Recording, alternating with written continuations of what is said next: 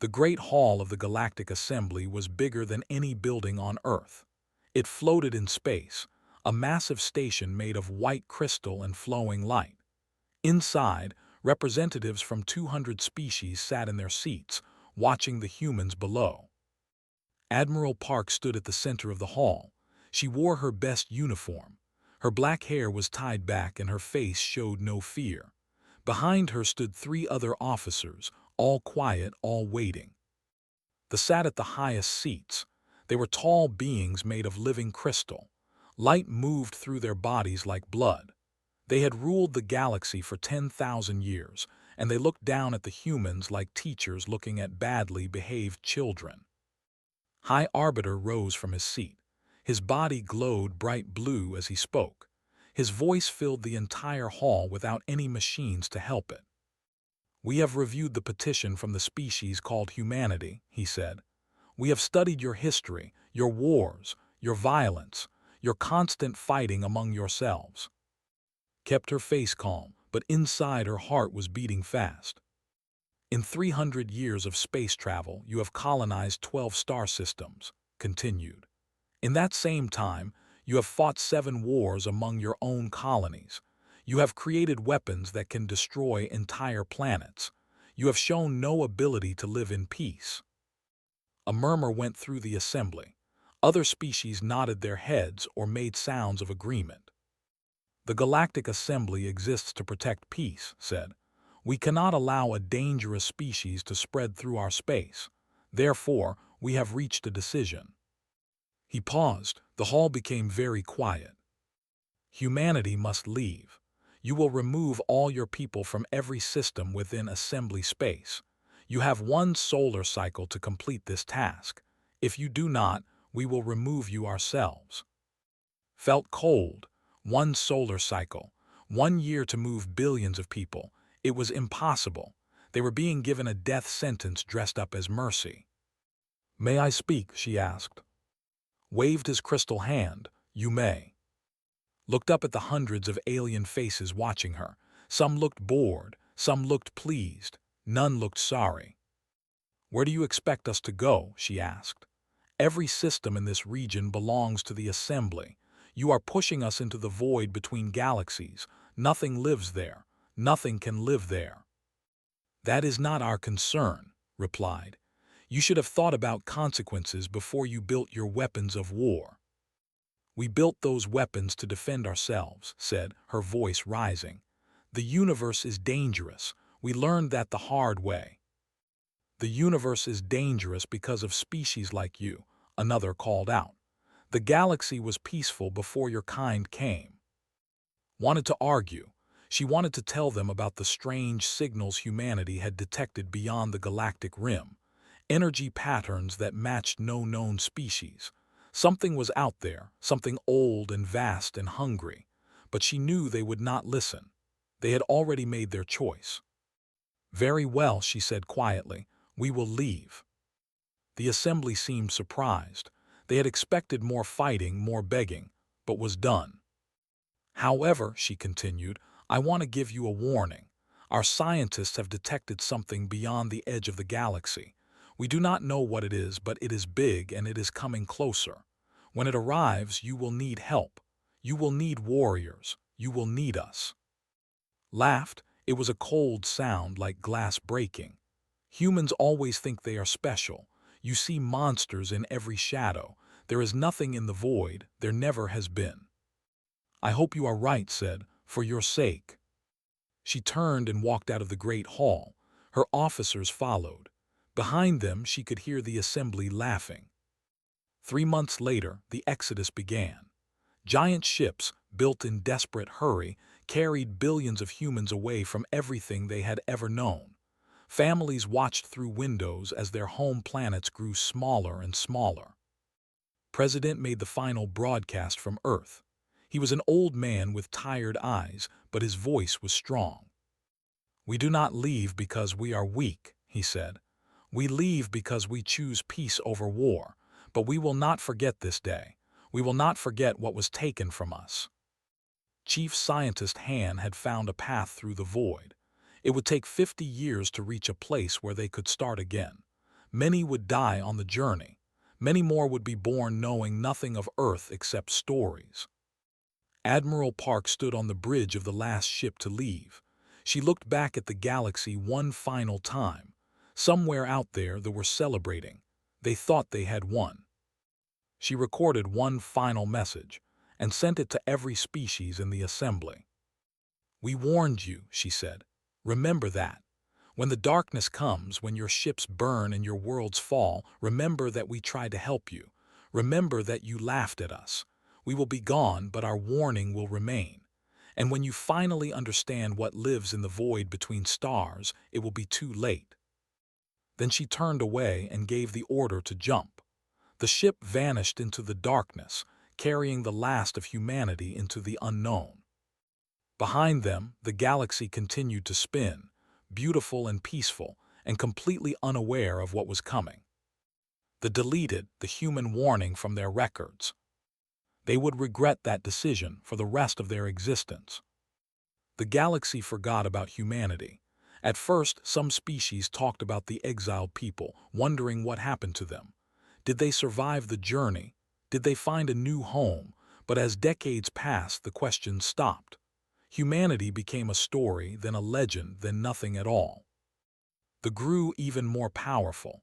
Without humans to worry about, they expanded their control over the assembly. They became lazy and soft. Their great warships sat unused in stations, gathering dust. Why would they need weapons? The galaxy was at peace. A young scholar named spent her days in the ancient archives. She was different from other. While they celebrated their power and beauty, she asked questions. Why did the humans really leave? What were they so afraid of? One day she found something that made her crystal body turn cold.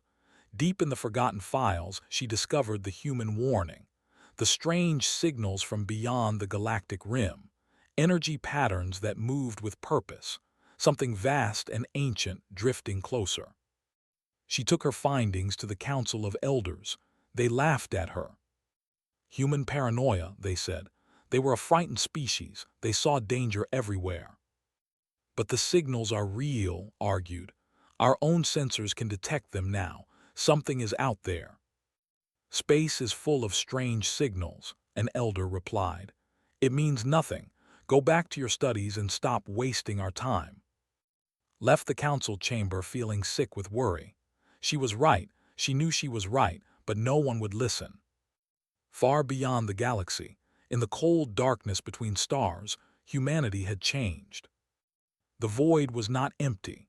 The humans learned this lesson in blood and fire during their first decade of exile. They had found a small cluster of stars, just 3 systems, floating alone in the intergalactic space. They thought they were safe. They were wrong. The harbingers came without warning. Ships made of black metal, each one bigger than a city, appeared around the human colony of New Sol. They did not try to communicate. They did not make demands. They simply began to destroy. The colonists sent desperate messages for help. None came. In 12 hours, 3 million people were dead, and the planet was nothing but ash. The survivors fled deeper into the void. They had nowhere to go, no one to help them. They were alone against something they did not understand. But humans have always been good at one thing, refusing to die. General Shin was a young captain when the harbingers first attacked. He watched his family die on New Sol. He made a promise over their graves. He would learn to fight these monsters, or he would die trying. 50 years later, he was the most feared warrior in human history. The humans learned that the harbingers were machines, ancient beyond understanding. They had been built by a species that died long before the first star in the Milky Way was born. Their purpose was simple: consume everything, grow stronger, move to the next galaxy, repeat. They had destroyed countless civilizations across the universe. But the harbingers had never faced humans before. General Shin developed new tactics. He taught his soldiers to fight in ways the machines could not predict. Humans were creative, adaptable, and most importantly, they were angry. They used that anger like a weapon. Slowly, painfully, humanity began to win battles. Chief Engineer led the scientific revolution. She studied captured Harbinger technology and learned its secrets. She built new ships that could hide from machine sensors. She created weapons that could cut through Harbinger armor. She turned human desperation into deadly innovation. By the 300th year of exile, humanity had become something new. Their ships were silent and dark, designed to hunt the hunters. Their soldiers were enhanced with technology taken from their enemies. Their weapons could destroy stars if needed. Fleet Commander Myra stood on the bridge of the Eternal Soul, the greatest ship humanity had ever built. It was a city that flew through space, home to 3 million souls. She was 32 years old, born in the void, raised in war. Captain, her second-in-command, walked up beside her. His face was serious. "The observation posts have detected something," he said. "The main Harbinger fleet. They have found the Milky Way." Myra closed her eyes. She had known this day would come. The Harbingers always found new prey eventually. "How long until they reach the galaxy?" she asked. "Approximately 2 years." 2 years. The galaxy that had thrown humanity away would soon face the same nightmare that had nearly destroyed them. "Should we warn them?" asked. Myra thought about the stories her grandmother told her. Stories about Earth, about blue skies and green forests. Stories about the day that cast them out like garbage. "We warned them once," she said. "They deleted the message. They laughed at us. So we let them die." Myra did not answer for a long time. She watched the stars through the window. Somewhere out there, billions of beings lived their peaceful lives, completely unaware of what was coming. "Prepare a meeting with the High Council," she finally said. "Admiral Park will want to know about this." She turned away from the window. "And start preparing the fleet for war. One way or another, we will be fighting soon." The long silence was about to end, and the galaxy was not ready for what came next. No warnings, no signs. One moment the edge of the galaxy was empty. The next moment, 1,000 black ships appeared like ghosts from a nightmare. Each ship was the size of a small moon. Their hulls absorbed all light, making them look like holes cut into space itself. The outpost at Station 12 was the first to see them. The commander, a proud crystal being named, sent an immediate message to the unknown vessels detected, attempting communication. He tried every language in the assembly database. He sent mathematical sequences. He broadcast messages of peace. The black ships did not respond. Then they opened fire. The weapons were beyond anything the galaxy had ever seen. Beams of pure darkness cut through shields like they were not there. In 30 seconds, Station 12 was gone, and his crew of 5,000 never had time to scream. Across the galaxy, alarms began to sound. High Arbiter received the news in his private chamber. For the first time in his long life, he felt real fear. He ordered the assembly fleet to respond immediately. 10,000 warships, the combined might of 200 species, jumped to meet the enemy. The battle was a slaughter. Human weapons took years to develop. Human tactics came from centuries of desperate fighting. Human soldiers trained every day of their lives for war. The assembly had none of these things. They had peace. They had comfort. They had forgotten how to fight. The Harbingers moved through the fleet like fire through paper. Ships exploded by the hundreds. The other species tried to retreat, but the black ships were faster. In 18 minutes, the greatest military force the galaxy had ever assembled was reduced to floating wreckage. Not a single Harbinger was damaged. Panic spread like disease. Worlds that had never known fear suddenly understood what the humans had warned them about. The monster in the dark was real, and it was hungry. The Harbingers did not conquer. They consumed. They landed on planets and stripped them of all resources. Metal, water, organic matter, everything. When they left, nothing remained but dead rock floating in space. 12 worlds fell in the first month, then 20 more, then 50. Refugees flooded the inner systems. Species that had never spoken to each other huddled together in fear. The assembly met in emergency sessions, but they had no answers. Their weapons did nothing. Their shields failed. Their fastest ships could not escape. The young scholar who had tried to warn them stood before the Council of Elders once again. "The humans knew," she said. "They tried to tell us. Their warning is still in the archives." "The humans are gone," replied. His glow was dim now, weak with exhaustion and fear. "They cannot help us." "We do not know that. They went into the void. Maybe they survived. Maybe they learned how to fight these things." The elders looked at each other. Pride had kept them from even thinking about the humans for 3 centuries. Now pride seemed like a luxury they could not afford. "Even if they live, why would they help us?" an elder asked. "We cast them out. We threaten to destroy them." "Because if they have any humanity left," said, "they will not let billions of innocent beings die." Made the decision that would change everything. He recorded a message and broadcast it into the void, toward the direction the human ships had gone so long ago. "To the people of Earth, if any of you survive, we beg for your help. We were wrong. We were foolish and arrogant. The darkness you warned us about has come, and we cannot stop it. Please, if you can hear us, come back. Save us." The message flew into the emptiness between galaxies. Did not expect a response. He thought the humans were dead, consumed by the same monsters now destroying his people. He was very wrong. Aboard the Eternal Soul, Admiral Park listened to the message. She was old now, kept alive by technologies humanity had developed in exile, but her mind was still sharp. Her eyes were still fierce. Around her stood the leaders of humanity. General Shin, whose hair had turned white from decades of war. Commander Myra, young and strong and eager for battle.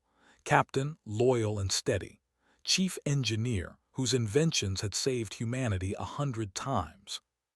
"They want us to save them," General Shin said. His voice was bitter. "After everything they did." "Not them," Commander replied. "The innocent ones. Children who were not even born when we were exiled. Species who never voted against us." Admiral Park raised her hand for silence. The room went quiet. "I remember the day they cast us out," she said slowly. "I remember their laughter. I carry that memory like a scar." She paused, looking at each of her officers. "But I also remember Earth. I remember what we were before we became warriors. We were builders, teachers, healers. We helped those who could not help themselves." She stood up, her old bones protesting. "If we let the galaxy burn out of revenge, we become something worse than the Harbingers. We become monsters too." "So we go back?" asked. "We go back," Admiral Park confirmed. Not for the assembly, for ourselves, for who we choose to be." She activated the ship's communication system. "Attention all vessels. This is Admiral Park. Prepare for jump to Milky Way galaxy. We have a war to end." Then she recorded her response to, "We are coming, but this time you will listen." The human fleet began to move. Thousands of dark ships built for war pointed toward their ancient home. The galaxy's only hope was coming back. No fanfare, no announcement. One moment the space around the colony of 7 was empty. The next moment, 200 human warships were there, hanging in the void like patient predators. The beings on 7 had given up hope. The Harbingers had surrounded their planet 3 days ago. Their ships circled like hungry animals, slowly draining the planet's core for energy. The colonists had sent calls for help, but no help was coming. Everyone knew they would be dead within a week. Then the human ships appeared. Commander Myra sat in her captain's chair, studying the enemy formation. 20 Harbinger vessels, each one massive and deadly. Any single one of them could have destroyed the entire assembly fleet. "All ships pattern Sigma 7, she ordered calmly. "Target the lead vessel first. Show them what 300 years taught us. The on the planet watched their screens in confusion. The new ships were strange. They were black, but not like the Harbingers. These ships seemed to eat light in a different way, more controlled, more purposeful. They moved without making any signal on any sensor. Then the battle began. Human weapons were not like anything the galaxy had seen. They did not fire beams or missiles. They fired something worse. Reality itself seemed to crack around the Harbinger ships. Metal twisted. Energy fields collapsed. Systems that had worked for millions of years suddenly stopped. The lead Harbinger vessel broke apart in 17 seconds. The remaining Harbingers tried to respond. They turned their terrible weapons toward the human fleet, but the human ships were not where the sensors said they were. They phased in and out of normal space, appearing behind the enemy, beside the enemy, inside the enemy's formations. In 40 minutes, 20 Harbinger ships were reduced to floating debris. The humans did not lose a single vessel. On 7, the colonists wept with relief and terror. Relief because they were saved. Terror because they did not know if their saviors were any better than their enemies. A human shuttle landed at the main city. Commander stepped out, flanked by soldiers in black armor. The governor approached on shaking legs. "Who are you?" he whispered. Myra looked at him with cold eyes. "We are the species you threw away 300 years ago. We are human." Word spread across the galaxy like fire. The humans were back, the exiles had returned, and they were winning. On the assembly, High Arbiter waited in his chamber. He had not slept in days. His crystal body was cracked and dim from stress.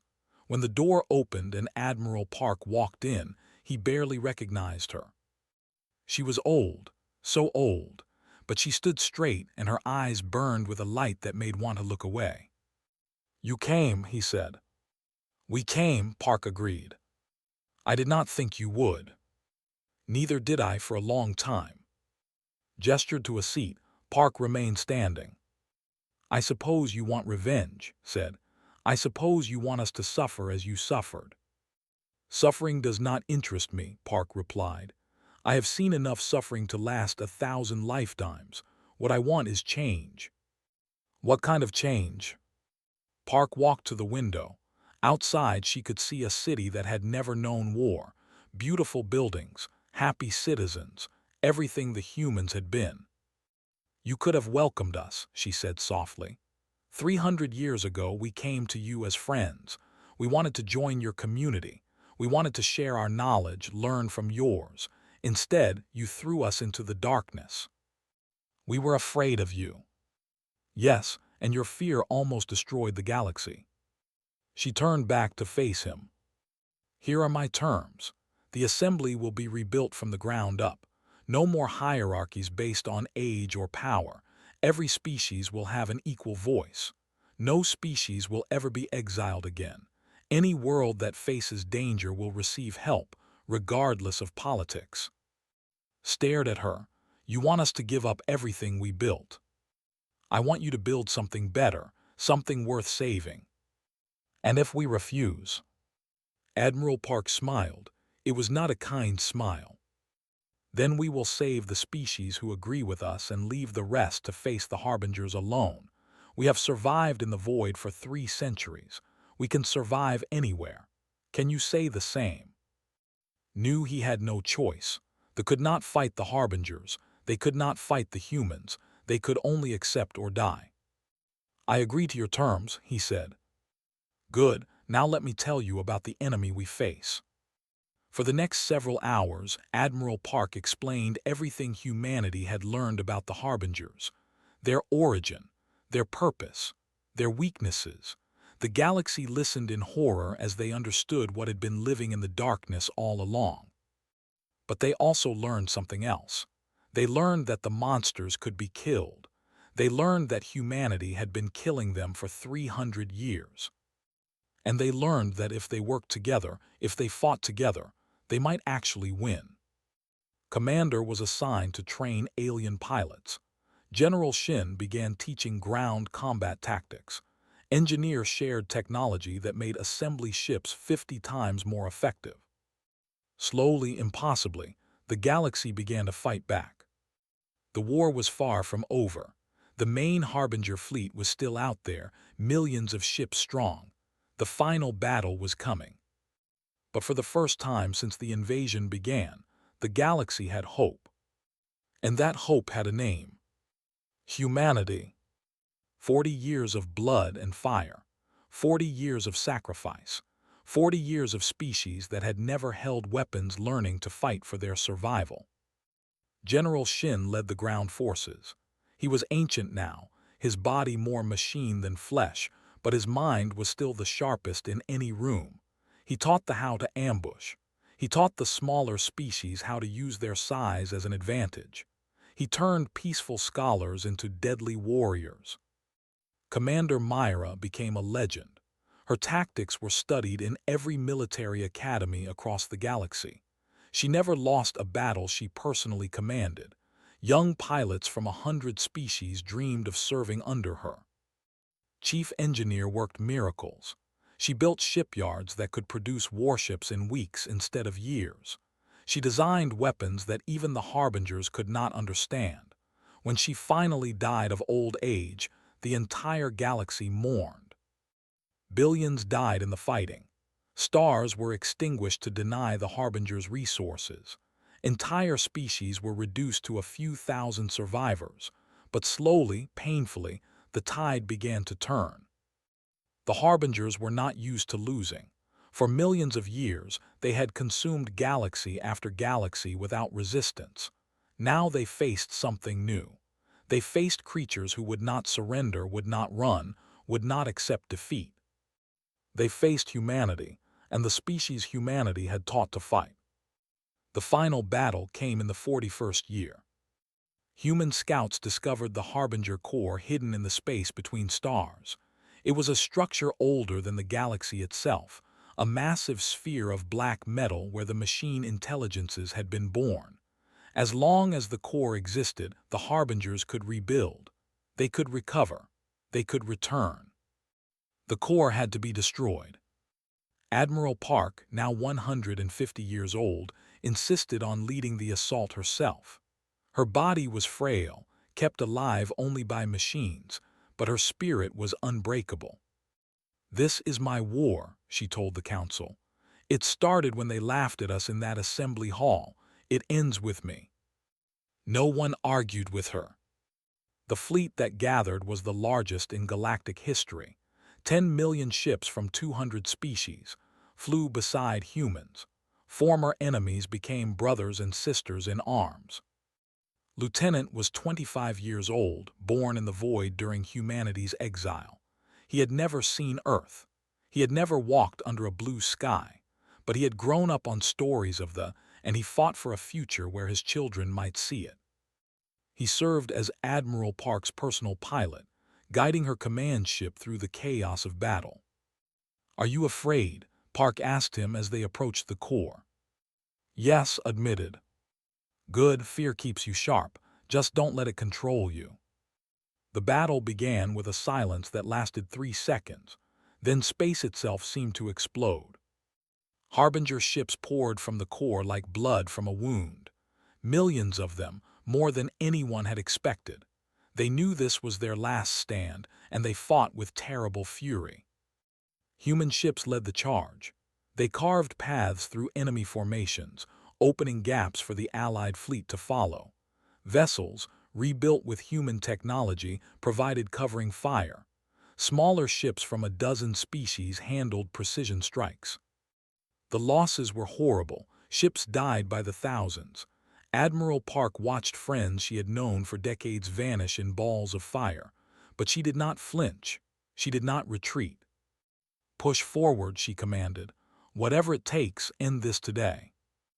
General Shin led a boarding party onto the core itself. His soldiers fought through corridors of alien metal, killing machine guardians with weapons designed for exactly this purpose. They reached the central chamber, the heart of Harbinger intelligence. Inside, they found something unexpected. The core was not just a factory. It was a mind.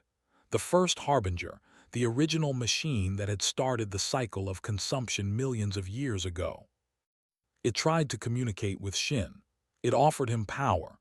It offered him immortality. It promised to spare humanity if they would just step aside. Shin laughed in its face. "We did not fight for 300 years to become monsters," he said. "We fought to end monsters." He activated Engineer's final creation, a weapon that destabilized quantum structures, a weapon designed to kill something that should have been unkillable. The core screamed. It was not a sound, not exactly. It was a wave of pure terror that swept across the battlefield. Every harbinger ship stopped moving at the same moment. Then they died, all of them. Millions of ships went dark and cold, their controlling intelligence destroyed. The battle was over. In the silence that followed, Admiral Park addressed the galaxy one final time. Her voice was weak, but every being in the fleet heard her words. 300 years ago, you forced us to leave. You said we were too dangerous to exist in your space. You laughed at our warnings. Now you have faced the consequences of that choice." She paused, gathering strength. "But so have we. We paid for your mistake with our blood. We learned to fight your monsters while you slept in comfort. We could hate you for that. Some of us do." Another pause. "But we did not return for revenge. We returned because that is who humans are. We protect those who cannot protect themselves. We fight for those who cannot fight. We forgive, even when forgiveness is hard." She looked out at the stars, at the galaxy that had once rejected her people. "This is your home again, all of you. Build something better this time. Remember what hatred costs. Remember what happens when you cast others into the darkness." Her eyes closed, and her voice dropped to a whisper. "We will be watching. We will be helping. And if the darkness ever comes again, we will be ready." Admiral Park died 3 days later, peaceful in her sleep.